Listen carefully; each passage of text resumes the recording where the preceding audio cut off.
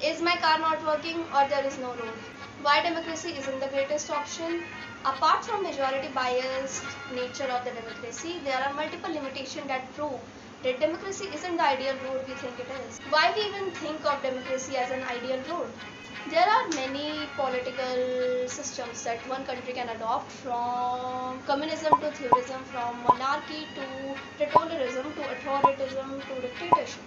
In the above mentioned political system, the center of power is limited within few individuals and fixed number of institutions only. Only in democracy, the main source of power is held within gernal people.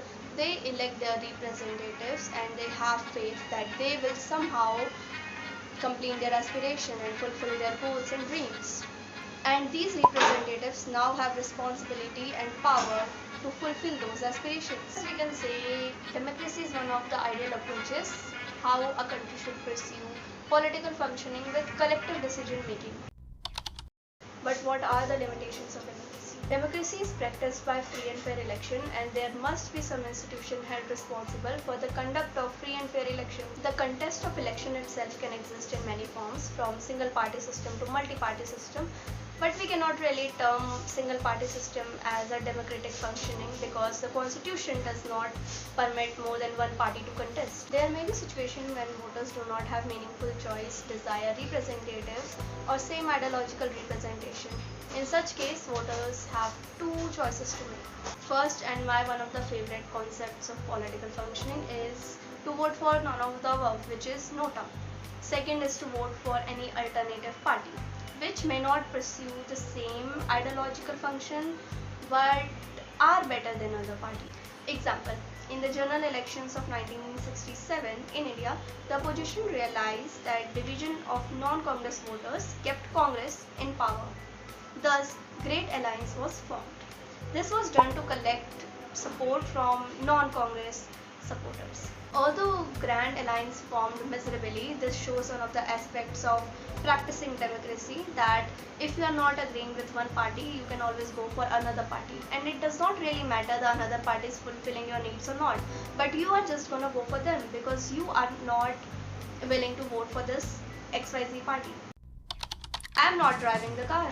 Representatives are elected to pursue our political aspirations.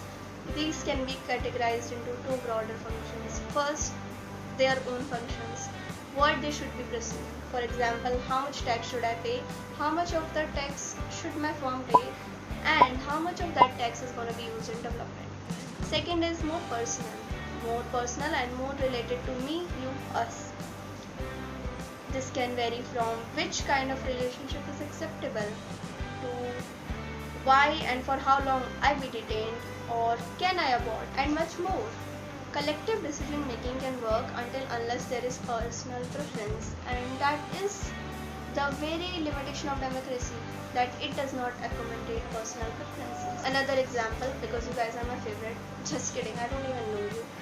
Example, Supreme Court cannot permit gay marriage because of the division of age and culture in Indian society. But who is going to represent the sufferings of a gay man living in Lucknow? And who is going to represent the needs of LGBTQ plus community in a country where gay is literally used as an insult? A formal institution may protect my fundamentals, but it cannot really pursue my personal preferences unless until it is majority biased. Man sitting in parliament might be representing me, but isn't really representing me, my views, my way of living, and my true aspiration. Because in a country where half of the population is deprived of these needs, I can't truly speak my personal preference. Because in a country where people get offended by jokes or a little fucking restaurant, how can I express my aspiration to do what my culture won't even let me do?